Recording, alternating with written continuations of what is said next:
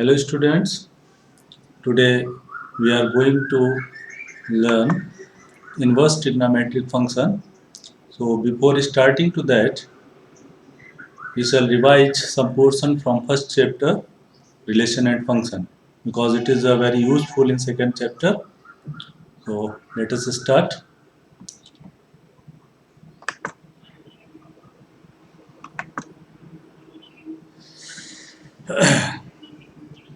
First of all, what is the function? We have already studied in class 11th. Class 11th में हम पहले से ही पढ़ चुके हैं कि फंक्शन क्या होता है. तो यहाँ पे बहुत ज़्यादा हमने एक्सप्लेन नहीं किया है, ब्रीफली करेंगे जिससे कि हम अगले चैप्टर की तरफ कंटिन्यू कर सकें. फंक्शन के लिए सबसे पहले जो दो जरूरी कंडीशंस बताई थी कि कोई भी रिलेशन फंक्शन कब बनता है, जब उस फंक्शन के डोमेन का कोई भी एलिमेंट खाली ना छूटा हो, यानी वो उसकी कोई ना कोई इमेज जरूर होनी चाहिए. जैसे कि यहाँ पे आपको स्क्रीन पे दिख रहा है कि यहाँ पे दो सेट्स लिए गए हैं. फंक्शन है from set A to set B. तो सेट ए का कोई भी एलिमेंट खाली नहीं छूटना चाहिए. यहाँ पे तीन एलिमेंट्स लिए गए हैं ए बी सी. तो इन तीनों ही एलिमेंट्स की कोई ना कोई इमेज बन रही है. जैसे सेट ए का जो एलिमेंट है ए, उसकी इमेज हो गई 1, बी की इमेज हो गई 2, सी की इमेज हो गई 2. तो पहली कंडीशन ये होगी कि इसका कोई एलिमेंट खाली नहीं रहना चाहिए. दूसरी कंडीशन ये थी कि किसी भी एलिमेंट की एक से ज़्यादा इमेज नहीं बननी चाहिए. जैसे सेट ए की कितनी इमेज बन रही हैं? एक. सेट बी की कितनी इमेज बन रही हैं? एक. और सेट सी की कितनी इमेज बन रही हैं? एक. तो सभी की एक एक इमेज बन रही है. कई सारे एलिमेंट्स की सेम इमेज तो बन सकती है, लेकिन किसी भी एलिमेंट की एक से ज़्यादा इमेज नहीं बन सकती है. तो फंक्शन बनाने के लिए इन दो कंडीशंस को ध्यान रखना है कि डोमेन का कोई भी एलिमेंट खाली नहीं छूटना चाहिए और किसी भी एलिमेंट की एक से ज़्यादा इमेज नहीं बननी चाहिए. अब डोमेन, को डोमेन और रेंज ये भी क्लास 11th में पढ़ा था. डोमेन का मतलब है कि जो पहला सेट है जिसको हम रिलेट कर रहे हैं दूसरे सेट बी से, उसके सारे एलिमेंट्स. को डोमेन है जो दूसरा सेट है उसके सारे एलिमेंट्स. और रेंज दूसरे सेट के वो एलिमेंट जो पहले सेट के एलिमेंट से किसी ना किसी तरीके से रिलेटेड हैं. जो यहाँ से इसकी इमेज नहीं बन रहे हैं किसी भी एलिमेंट की, उनको हम रेंज में नहीं लेते हैं. तो ये डिफरेंस है को डोमेन और रेंज में. अब हम आगे बढ़ते हैं. टाइप्स ऑफ फंक्शन जो आपने फर्स्ट चैप्टर में पहले से पढ़ा हुआ है उसको हम एक बार ब्रीफली एक्सप्लेन करेंगे. टाइप्स ऑफ फंक्शन, पहला है वन वन फंक्शन आपने पढ़ा था. तो वन वन फंक्शन जिसको हम इंजेक्टिव फंक्शन भी कहते हैं. तो क्या होता है? Function f from a to b is called one one or injective if the image of distinct element of a under f are distinct. Means यहाँ पे जितने भी एलिमेंट सेट ए के हैं उन सब की जो इमेजेस हैं वो डिस्टिंक्ट होनी चाहिए, सेम नहीं हो सकती. ऐसे फंक्शन को बोलते हैं वन वन फंक्शन. ठीक है. तो वन वन फंक्शन जब भी प्रूव करना होता है तो हम लोग क्या करते हैं, उस फंक्शन में x1 और x2 दो एलिमेंट ले लेते हैं उस सेट के लिए और उस फंक्शन की वैल्यू दोनों के लिए इक्वल लेते हैं. अगर फंक्शन की वैल्यू उसको इक्वेट करते हुए वो वैल्यू भी इक्वल आ जाती हैं तो वो फंक्शन वन वन हो जाता है. अदरवाइज अगर ये इक्वल नहीं आती हैं तो फंक्शन मैनी वन हो जाता है. दूसरा हम लोगों ने स्टडी किया था onto function. Onto function क्या होता है? A function f from x to y is said to be onto. इसका दूसरा नाम था surjective function. Onto function और surjective function. If every element of y is the image of some element in x under f. That is, for every y belongs to y, यानी कोई भी element जो y set को belong कर रहा है, there exists an element x in x such that fx equals to y. तो on to function के लिए क्या कंडीशन है कि यहाँ पे कोई भी जो एलिमेंट है वो खाली नहीं छूटना चाहिए. जो सेट दूसरा वाला है उसके सारे एलिमेंट्स किसी ना किसी एलिमेंट की इमेज होने चाहिए. अगर इसमें से एक भी एलिमेंट कोई खाली छूटता है तो वो अनटू फंक्शन नहीं होगा, और ऐसे फंक्शन को बोलते हैं इनटू फंक्शन। अब हम कुछ और एग्जांपल्स लेंगे इनको समझने के लिए। जैसे मैंने पहला एग्जांपल लिया है, एक फंक्शन लिया है from A to B, set A के एलिमेंट्स हैं 1 2 3, सेट बी के एलिमेंट्स हैं ए बी सी। अब यहाँ पे आप देख रहे हैं कि एलिमेंट 1 की इमेज बी बन रही है, एलिमेंट 2 की इमेज ए बन रही है, एलिमेंट 3 की इमेज सी बन रही है। तो ये फंक्शन 1 1 है क्योंकि एक एलिमेंट की एक ही इमेज बन रही है। किसी भी दो एलिमेंट के लिए सेम इमेज नहीं है, इसलिए ये 1 1 हो गया। और ऑन टू नहीं है क्योंकि यहाँ पर एक एलिमेंट ऐसा है जो किसी की इमेज नहीं बन पा रहा। ऑन टू फंक्शन के लिए क्या कंडीशन थी कि कोई भी एलिमेंट जो दूसरे वाला सेट है उसका कोई भी एलिमेंट छूटना नहीं चाहिए, सारे एलिमेंट्स की कोई ना कोई प्री इमेज होनी चाहिए, मीन्स किसी ना किसी एलिमेंट की वो इमेज होना चाहिए। तो यहाँ पे आप देख रहे हैं कि जो डी एलिमेंट है वो किसी भी एलिमेंट की इमेज नहीं है, इसलिए ये फंक्शन 1 1 तो है लेकिन ऑन टू नहीं है। अब दूसरा एग्जाम्पल लेते हैं। यहाँ पे आप देख रहे हैं कि 1 की इमेज ए, 2 की इमेज बी, 3 की इमेज सी, 4 की इमेज बी, 5 की इमेज बी। यहाँ पे पहली कंडीशन अगर देखें तो ये फंक्शन 1 1 नहीं है क्योंकि आप देख रहे हैं कि 2 4 और 5 इन तीनों की सेम इमेज बन रही है। तो ये मैनी एलिमेंट्स की सेम इमेज, तो इस फंक्शन को हम 1 1 ना कह के क्या बोलेंगे, many one function. It is not 1 1 function क्योंकि बहुत सारे एलिमेंट्स की सेम इमेज बन रही है। लेकिन दूसरा जो सेट है उसका कोई भी एलिमेंट ऐसा नहीं है जो किसी की इमेज ना हो, इसलिए ये फंक्शन ऑनटू है। ये फंक्शन 1 1 नहीं है लेकिन ऑनटू है। अब तीसरा एग्जांपल लेते हैं। This function is image of 1 is B, image of 2 is C, image of 3 is A, image of 4 is D। सारे एलिमेंट्स को आप चेक कर लीजिए, उनकी डिस्टिंक्ट इमेज बन रही है। कोई भी दो ऐसी इमेजेस नहीं है जो दो अलग अलग एलिमेंट्स की सेम इमेज बन रही हो, ऐसा नहीं हो रहा है। तो ये फंक्शन 1 1 हो गया। दूसरी कंडीशन की जो दूसरा सेट है Q, उसका कोई भी एलिमेंट खाली नहीं छूटा हुआ है, ऐसा नहीं है कि वो किसी की इमेज ना हो, सारे एलिमेंट्स किसी ना किसी एलिमेंट की इमेज हैं, इसलिए ये ऑन टू भी है। तो इस फंक्शन का नाम रखा गया 1 1 एंड ऑन टू। और इसका दूसरा नाम आपको अभी बताया था कि 1 1 और ऑन टू जब दोनों कंडीशन एक साथ सेटिस्फाई होती हैं तब ऐसे फंक्शंस को बोलते हैं बाइजेक्टिव फंक्शन। अब क्योंकि हम लोग को सेकेंड चैप्टर स्टार्ट करना है, उसमें इन्वर्स फंक्शन या इन्वर्टिबल फंक्शन के बारे में हमें स्टडी करना है, तो इन्वर्स फंक्शन से पहले हम जानते हैं इन्वर्टिबल फंक्शन होता क्या है। अब function is invertible only when it is 1 1 and onto. पहली कंडीशन है कि वो फंक्शन होना चाहिए कैसा, 1 1 और onto. We can say if a function is 1 1 and onto then it is invertible, यानी दोनों तरफ से हम बोल सकते हैं कि एक फंक्शन अगर इन्वर्टिबल है तो वो 1 1 और ऑन टू होगा, या फिर कोई फंक्शन अगर 1 1 और ऑन टू है तो वो इन्वर्टिबल होगा। तो इन इन्वर्टिबल फंक्शन को ही इन्वर्स फंक्शन कह सकते हैं। तो domain and range of function interchange with each other, यानी इसमें क्या होता है कि जो डोमेन और रेंज हम लोग डिसाइड करते हैं वो एक दूसरे से इंटरचेंज हो जाती हैं। तो उसका भी एक एग्जांपल लेते हैं हम लोग।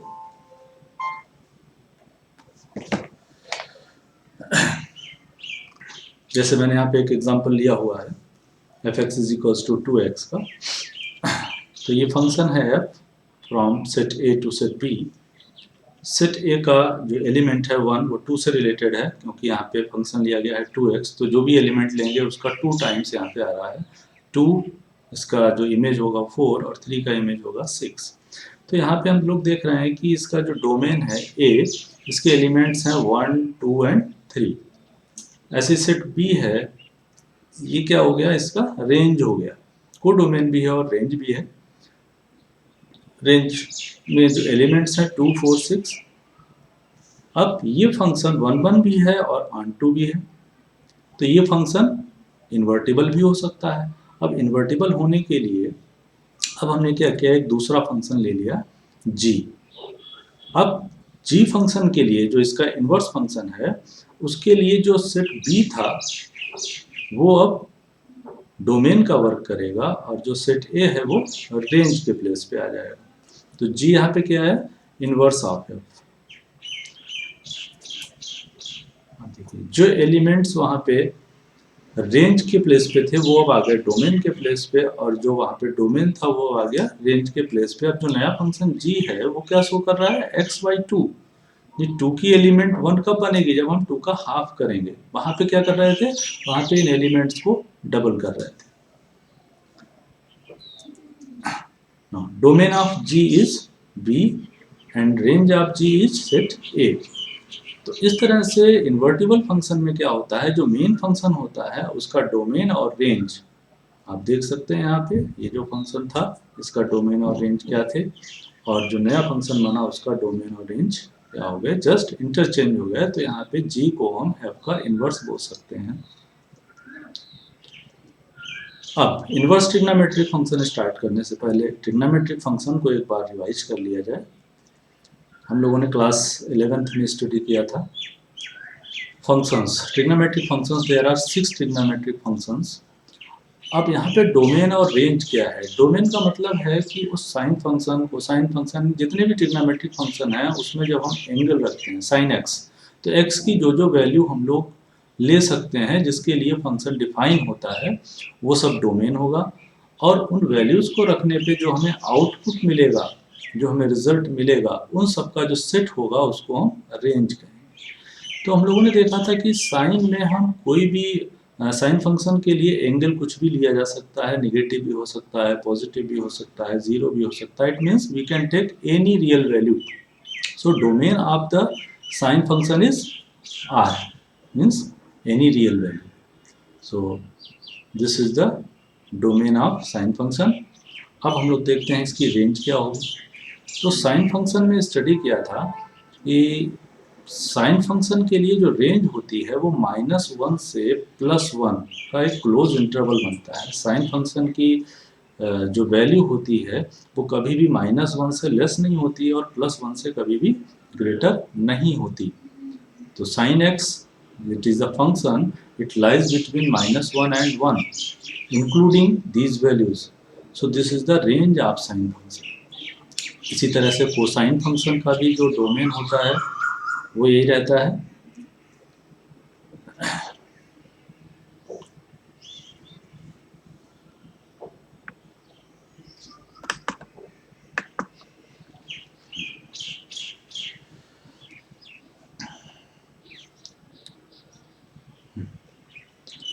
तो कोसाइन फंक्शन के लिए भी डोमेन यही हो गया, और रेंज भी वही होगी -1 to 1। अब टेंजेंट फंक्शन के लिए देखते हैं। टेंजेंट फंक्शन के लिए डोमेन कोई भी रियल वैल्यू हो सकती है, लेकिन हमें उसमें से उन वैल्यूज को नहीं लेना है जिसके लिए टेंजेंट फंक्शन नॉट डिफाइन था। It means all the odd multiples of π/2, 10 π/2, 10 3 π/2, 10 5 π/2, इन सब के लिए जो वैल्यू होती है वो नॉट डिफाइन हो जाती है। इसलिए हम जो डोमेन लेंगे उसमें से कोई भी रियल वैल्यू ले सकते हैं, लेकिन उसमें से इन वैल्यूज को पहले माइनस कर देंगे, इनको नहीं लेना है। बट जो आउटपुट मिलता है हमें टेंजेंट फंक्शन में, वो आउटपुट में कोई भी रियल वैल्यू मिल सकती है। -∞ से +∞ के बीच कोई भी वैल्यू हो सकती है, इसलिए इसकी जो रेंज है वो रियल नंबर लिया गया है, एनी रियल नंबर में है। इसी तरह से कोटेंजेंट फंक्शन, इसका भी जो डोमेन होगा उसमें से हम पाई के जो मल्टीपल्स हैं, कोई भी जो पाई का मल्टीपल होगा किसी भी इंटीजर से मल्टीप्लाई करने पे, -π, 2π, 3π, 4π, 5π, इन सब के लिए जो कॉर्ड फंक्शन होता है उसकी वैल्यू नॉट डिफाइन हो जाती है। इसलिए इन वैल्यूज को माइनस करने के बाद जितनी भी रियल वैल्यूज बचती हैं वो सब इसका डोमेन होंगी, और रेंज हो जाएगी एनी रियल नंबर। अब सेकेंड फंक्शन को देखते हैं। तो सेकेंड फंक्शन में जो डोमेन होता है, फिर से वही जिन वैल्यूज के लिए sec function in second function not define है उनको माइनस कर देंगे, उसके अलावा जितनी रियल वैल्यूज होती हैं उन सब के लिए हम सेकेंड फंक्शन के डोमेन में वैल्यू ले सकते हैं। और रेंज जो होगी उसमें any real value except the open interval -1 to 1, क्योंकि सेकेंड फंक्शन में आप जितनी भी वैल्यूज लेते हैं वो सब -1 और 1 के बीच नहीं आती हैं, या तो -1 से छोटी होती हैं या +1 से बड़ी होती हैं, क्योंकि सेकेंड फंक्शन कोसाइन फंक्शन का रेसिप्रोकल है। कोसाइन फंक्शन में जो रेंज मिलती है वो -1 से +1 के बीच मिलती है। तो जब उसका रेसिप्रोकल करेंगे, कोई भी वैल्यू जो -1 से बड़ी होगी उसका जब हम रेसिप्रोकल करेंगे तो वो -1 से छोटा हो जाएगा।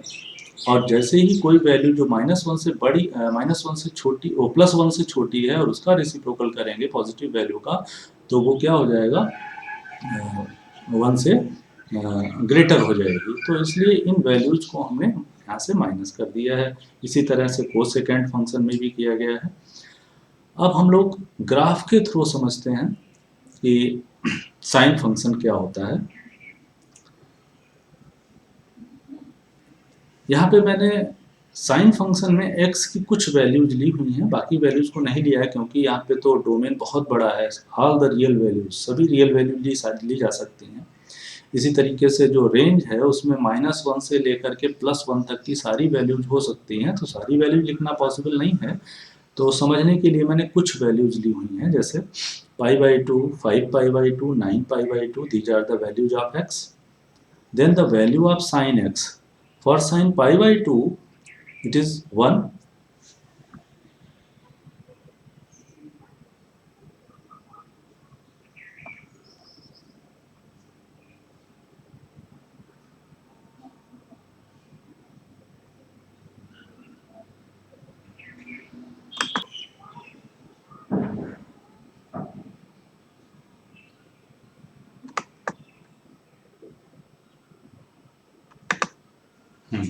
यस, बीच में स्टॉप हो गया था। तो अभी हम लोग ये देख रहे थे कि जो साइन फंक्शन है उसमें π/2 के लिए sin π/2 1 होता है, sin 5π/2 ये भी 1 होता है, sin 9π/2 ये भी 1 होता है। तो इसका मतलब ये किस टाइप का फंक्शन है, ये तो मैनी वन फंक्शन हुआ। बहुत सारे एलिमेंट्स ऐसे हैं जिनकी सेम इमेज बन सकती है, आपने इसको ऑब्जर्व किया होगा। अब it is not 1 1, it is many one, so how it's inverse is possible. अभी हम लोगों ने इस स्टडी किया था कि इन्वर्टिबल फंक्शन के लिए या इनवर्स फंक्शन के लिए जो फंक्शन है वो 1 1 होना चाहिए और ऑन टू होना चाहिए। तो ऑन टू तक तो ठीक है क्योंकि इसमें एक एलिमेंट है, उसकी एक ही इमेज बनेगी। साइन π/2 के लिए ओनली 1 वैल्यू होगी, साइन 5π/2 1 होगी।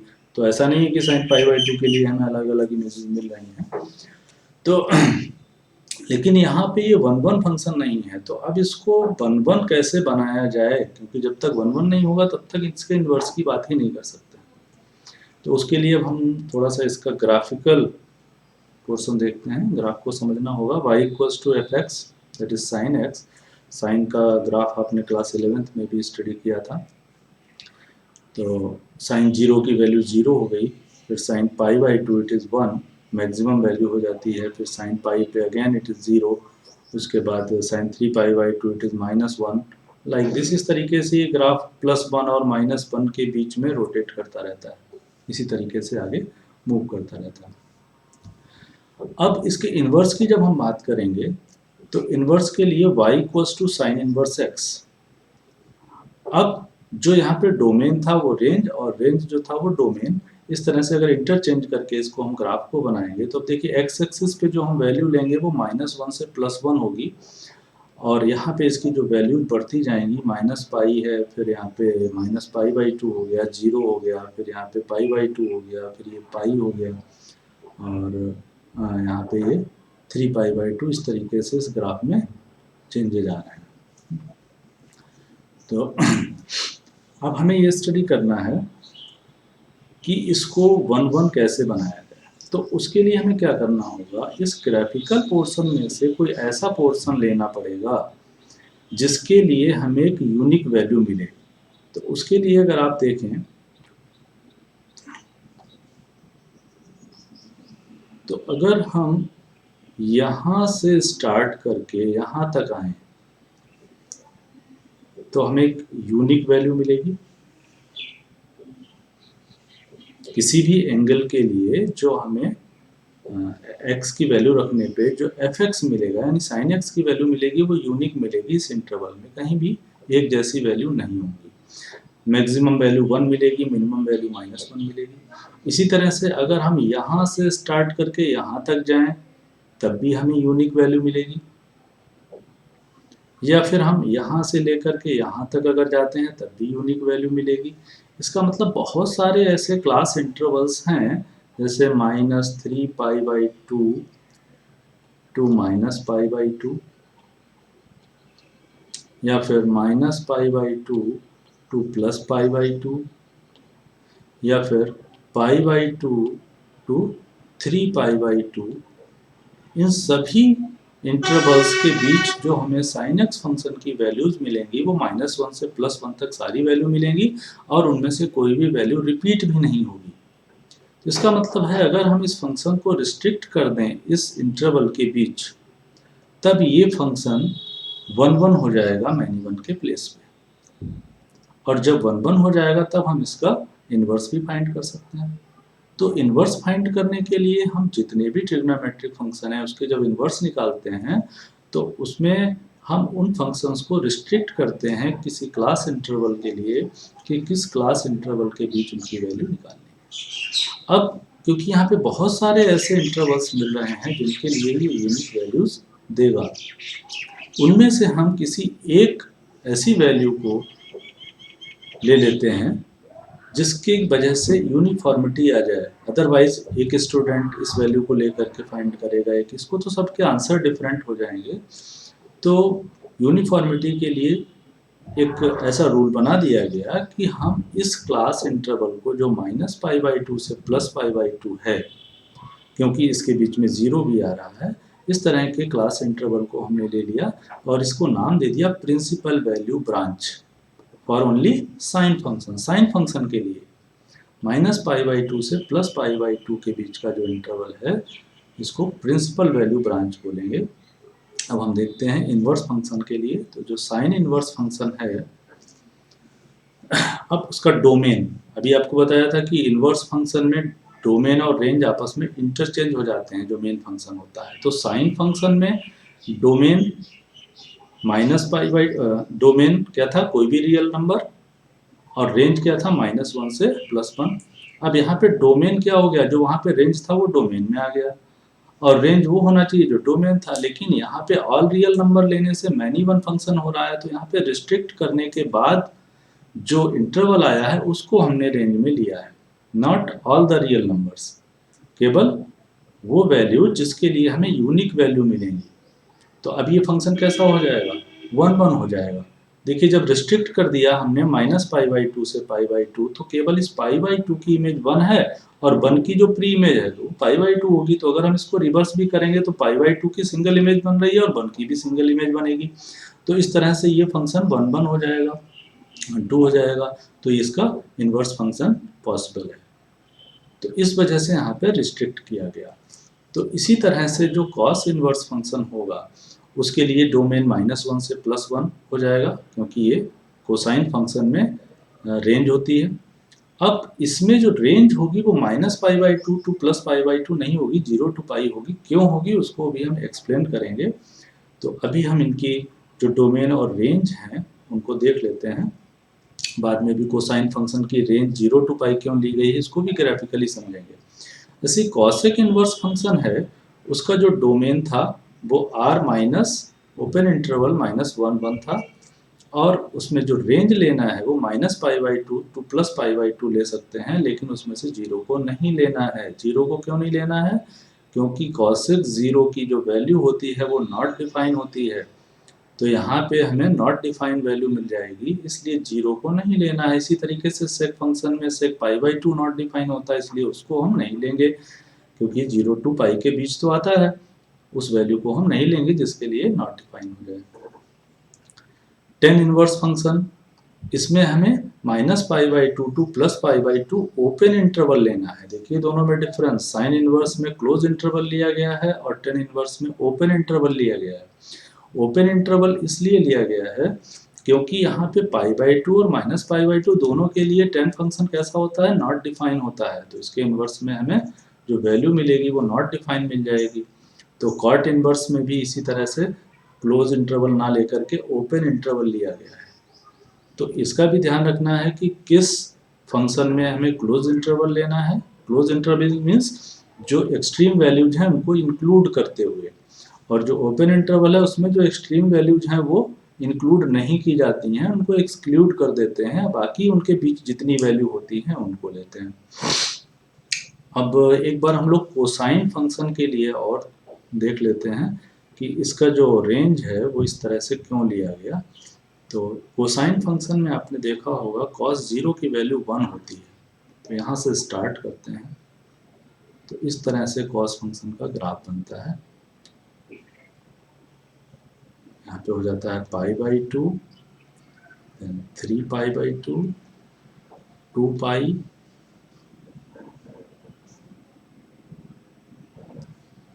sorry, pi, just 1 minute.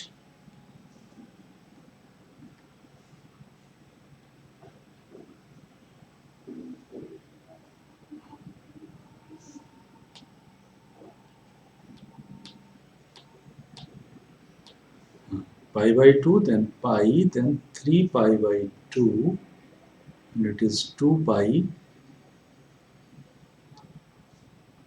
it is 5π/2 like this, and on this side it is